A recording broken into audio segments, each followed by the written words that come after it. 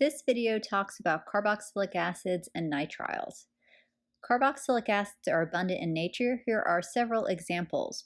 For example, there's acetic acid, which is responsible for the pungent smell of vinegar. And here we have acetylsalicylic acid, also known as aspirin. So the carboxylic acid functional group is shown in red. It is a carbonyl bonded to an OH group. In the United States, over 2.5 million tons of acetic acid is produced per year, and it is the precursor to vinyl acetate, which is a compound used in paints and adhesives. To name carboxylic acids, you use the suffix OIC acid. So, for example, this is a 4-carbon carboxylic acid. So you take butane, chop off the E, add OIC and the word acid to make butanoic acid. Here we start numbering from the carbonyl carbon, so this would be 1, 2, 3, 4, 5. So that's a 5-carbon chain is the longest chain, so that becomes pentanoic acid. And then you have to indicate that there are 2 methyls at carbon 4, so that would be 4,4-dimethyl. And then at carbon 5, there is a hydroxyl group. So the entire name becomes 5-hydroxy-4,4-dimethylpentanoic acid. When you have a carboxylic acid functional group bonded to a ring, it is named as an alkane carboxylic acid. So for example, this becomes cyclohexane carboxylic acid.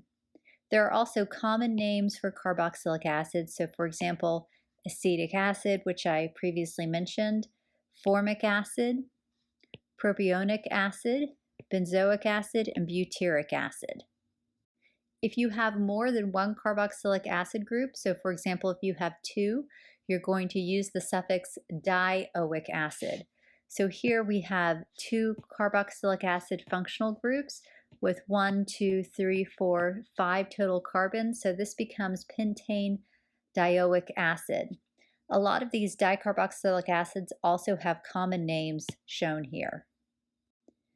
The carbonyl group has a trigonal planar geometry, and a carboxylic acid is capable of strong hydrogen bonding. So between 2 carboxylic acid molecules, you get a hydrogen bond between the hydrogen of one and the carbonyl oxygen of a second. As a result of this strong hydrogen bonding, carboxylic acids tend to have higher boiling points than simple alcohols. Recall that carboxylic acids are weak acids, and they exist as carboxylates in the presence of a base. So if you take a base like hydroxide, it's going to deprotonate that acidic hydrogen, and as a result you get the conjugate base known as a carboxylate and water. If you have a carboxylate, we just change the suffix to OATE. So this would become benzoate instead of benzoic acid. And then the sodium here is just the particular counterion. The pKa of most carboxylic acids is between 4 and 5.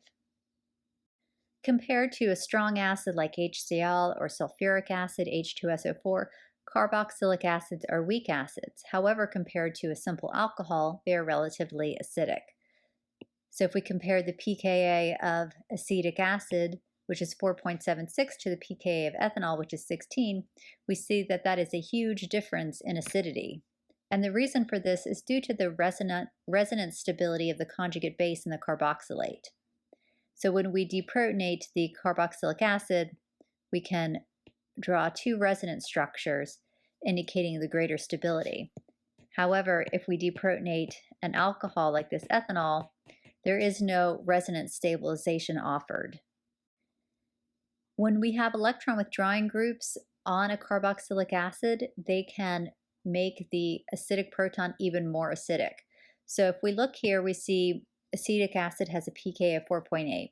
But by adding just 1 chlorine atom, which is electronegative and electron withdrawing, we can lower that pKa to 2.9. If we add 2 of them, we lower even more. And then if we add 3, we can lower it further. Now, this effect gets smaller and smaller the further removed the electron withdrawing group is from the acidic proton. So here it's at the beta position. Notice it's not having a huge effect. And here at the gamma position, it's having very, very little effect on the pKa. This chart here simply shows that the pKa of benzoic acid is affected by the groups on the benzene ring. If you have electron withdrawing groups like a nitro group or a carbonyl containing group or a chlorine, it lowers the pKa from the base value of 4.2. And then if you have electron releasing or electron donating groups, it tends to slightly increase the pKa. Recall that we have previously learned how to make carboxylic acids via a variety of routes. So you can do oxidative cleavage of alkynes with ozone. This is from last semester. Recently we learned you can oxidize a primary alcohol with the Jones reagent to a carboxylic acid.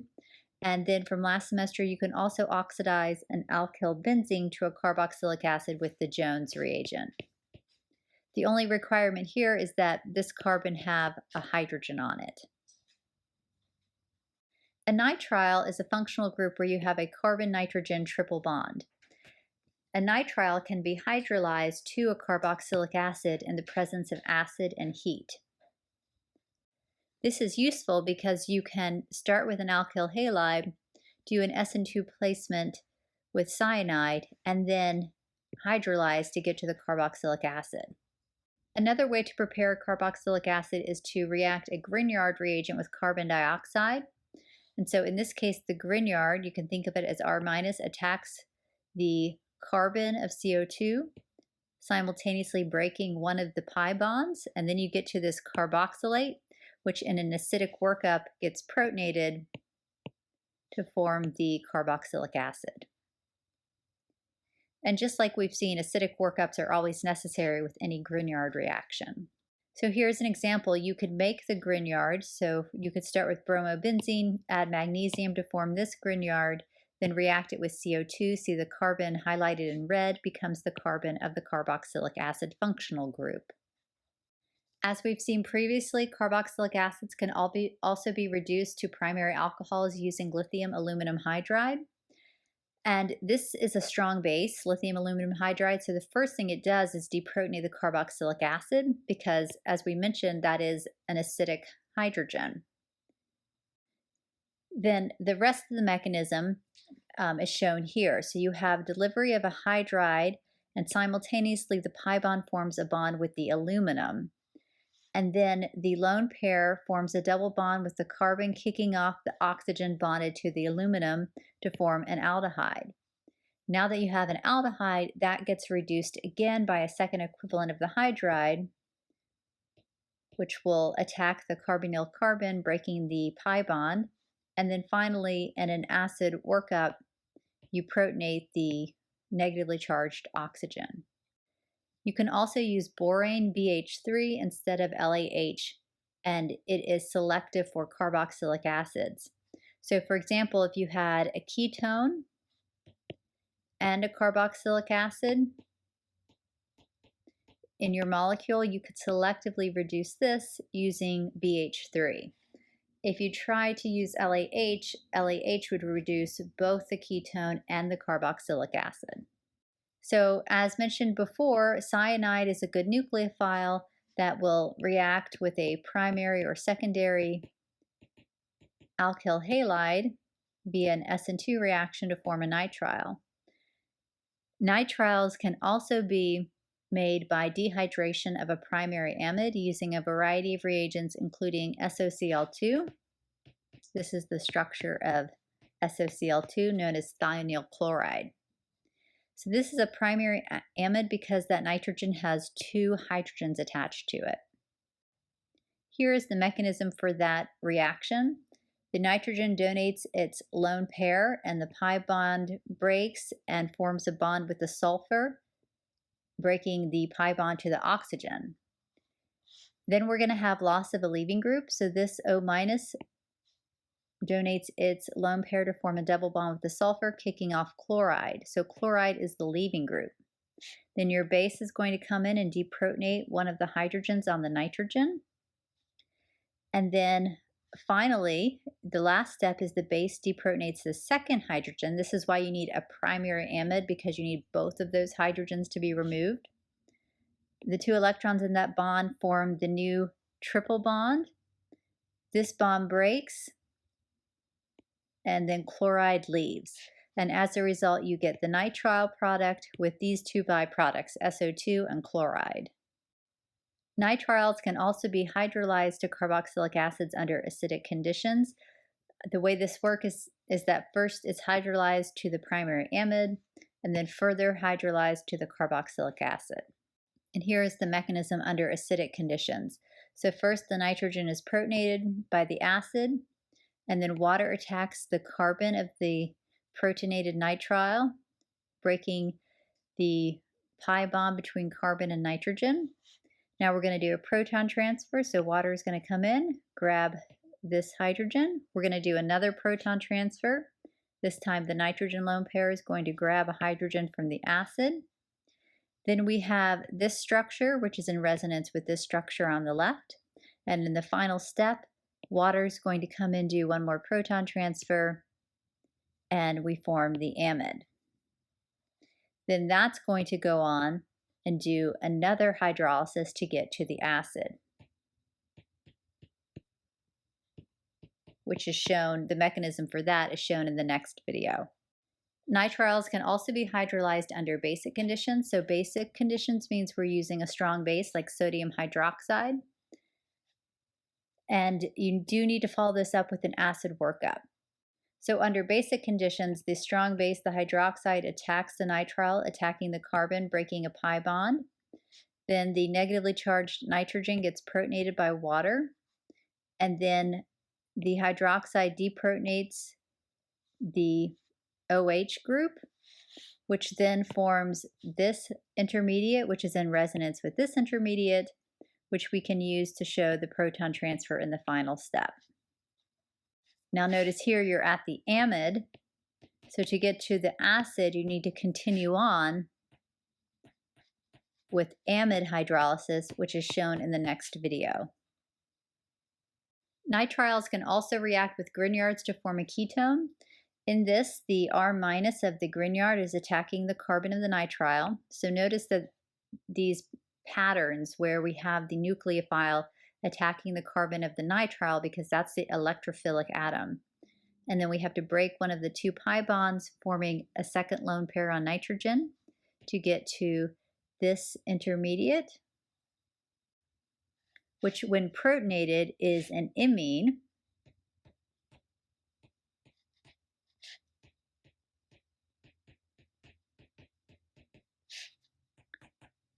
And then the imine can be hydrolyzed with water and acid to form the ketone. So this goes back to a previous reaction you learned of how to hydrolyze imines to the carbonyl compound.